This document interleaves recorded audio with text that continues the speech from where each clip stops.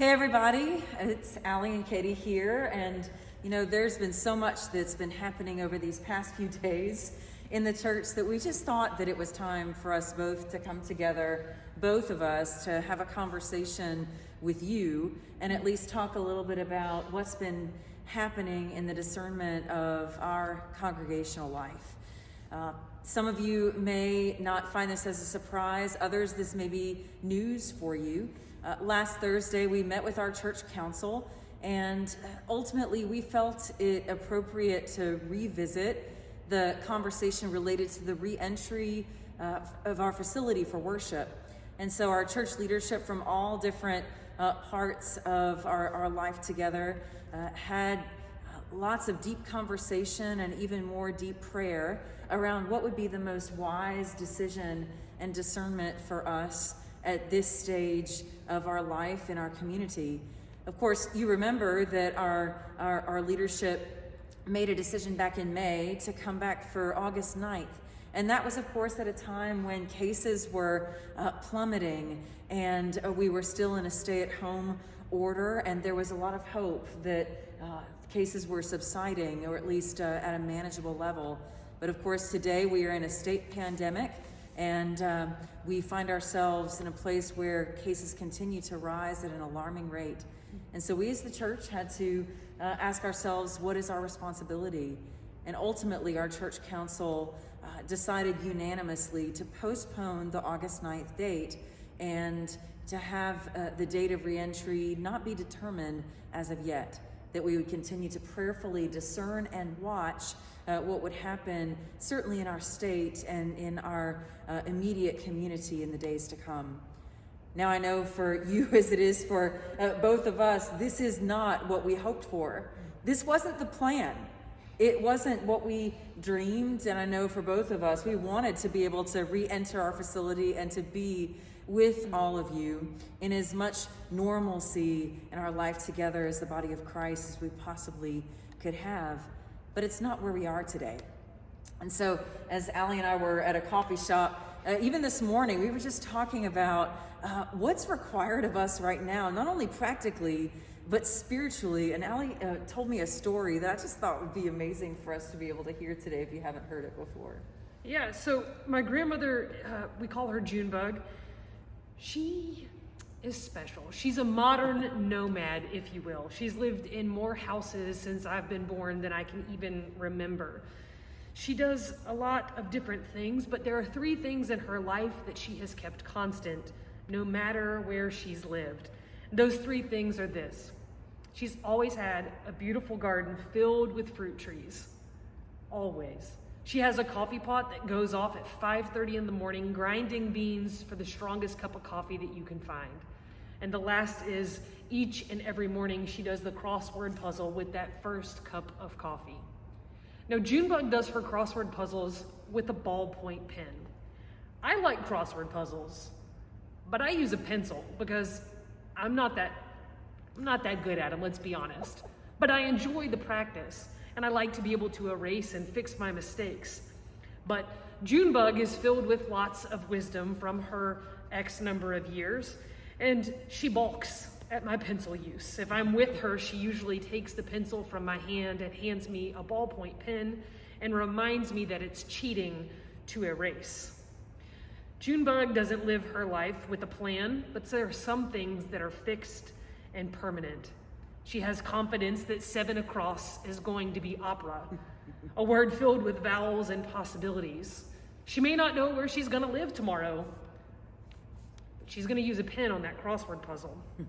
Now, I know that this is kind of an odd story to bring up in a conversation about plans, but I think that each of us can identify with the desire to live our lives with a ballpoint pen, to know that some things are fixed and permanent.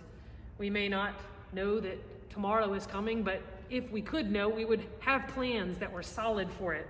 Amen. But that's not the way life works. I know this to be true, as I have made my plans for the upcoming year, only to be told that it's time to make some adjustments and do a little bit of erasing. And so I may not have control over where the bishop sends me, but I have answered that call. And so it's time to pull out my pencil and put away my ballpoint pen and to make new plans. And even though I may be making those plans with a pencil, there are certain things that I can write in my life with a little bit more permanence. I can write with an attitude of love and grace and flexibility and a willingness to be open, even as I'm erasing old plans to make new ones. Well, and we're both in a similar situation in that our roles are changing in somewhat of a way. I know for me, coming as your new senior pastor, anyone who's a spiritual leader coming into a new place has their own thoughts about what the first few months might be, expectations about what it might feel like, what it might look like, and hopes about the connection with new families and individuals that we might be able to have. Now, we haven't had to scrap all of those plans, praise Jesus. We've really just had to pivot a little bit. And there's still been amazing ways that we've been able to creatively connect together. And I've gotten the privilege and the chance to get to know so many of you, and you've opened up your lives and your hopes and your dreams about your church to me. And I hold those with great intention and prayer and look forward to the road that we have ahead. And yet still, I've had to erase some of my own sense about what's right in entering into a place too. And there's been something really, may I suggest, salvific in that. Sometimes we are saved from ourselves when we lean into a different kind of adaptable posture that has us rely on God's direction and God's wisdom in our lives rather than our own capacity or intellect or our trust in our own instincts about what's right and what is good. And so Allie and I were talking about, one of the scriptures that's given us both instruction and a reminder of what is true over the years, and it comes from the book of Proverbs, this book of wisdom that allows us to remember who God is and how the Spirit of God continues to work in our lives. And it comes from chapter 19, verses 20 through 21. Listen to advice and accept instruction, that you may gain wisdom for the future. The human mind may devise many plans, but it is the purpose of the Lord that will be established. And so when we talk about accepting advice, which for two pretty strong women, sometimes that's not so easy to do. Our husbands can attest to that. But there is wise counsel that comes not only from human origin, but especially from the Spirit of God that continues to blow and remind us of what is wise and prudent and loving and good, even in these trying times. And then we also are invited through this text to take on a posture, as Allie said, that is adaptable and that doesn't insist on our own way.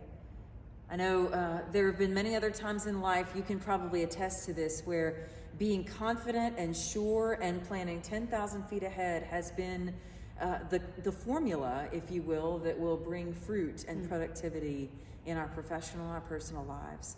But perhaps the greatest call that we may have is to be comfortable and at peace with sitting in the present, with only enough light to be able to see the next few steps. And so there's so much that we don't know, but there are a few things that we do. And one of those is that we as Methodist Christians, Wesleyan Christians in this community are called to do no harm.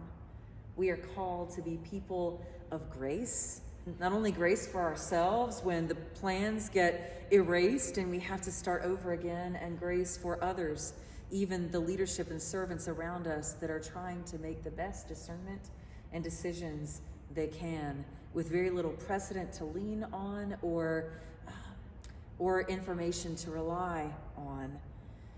We also can lean into the agency that we have, the control that we do have in our circumstances of continuing to engage in our church's ministry. I believe, as I'm sure many of you do, that there is no other entity in the world that can provide greater transformation and hope in these pandemic times than the body of Christ. And so we're called to engage in our church's ministry, whether it be the studies that will be coming out anew for the fall in the next few weeks. I want you to watch out for that. And even if that may not usually be your rhythm, maybe today's the day to lean in differently and to make sure that our offerings and our conversation and our connection in this community of faith are strengthened even more because of your presence. We can engage too in our prayer and our care of each other, praying for our church. And then whenever somebody comes to mind, rather than just letting them roll through our brains instead, you might want to write a note or an email or reach out over the phone just to say, how you doing? Again, it's the simple things in this season that can perhaps be the most profound. And again, I would just call us all to not to neglect to pray for our world, for our leadership in our state, and for each other. Again, the most simple gift we can offer is consideration for those that need that help most.